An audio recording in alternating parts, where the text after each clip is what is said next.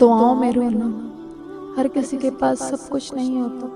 جو لوگ جتنے مکمل نظر آتے ہیں اتنے ہی منتظر ہوتے ہیں معجزوں کی، لیکن پتہ ہے وہ مکمل اور مطمئن کیوں نظر آتے ہیں؟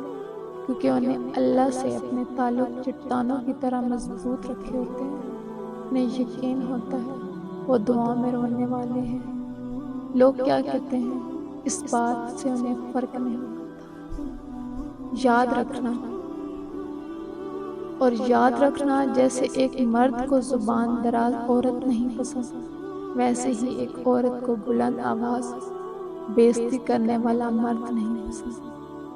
کسی کی بیٹی کو جب اپنے گھر لے آئیں تو یاد رکھیں شادی کر کے ہی لائے ہیں، خرید کر نہیں۔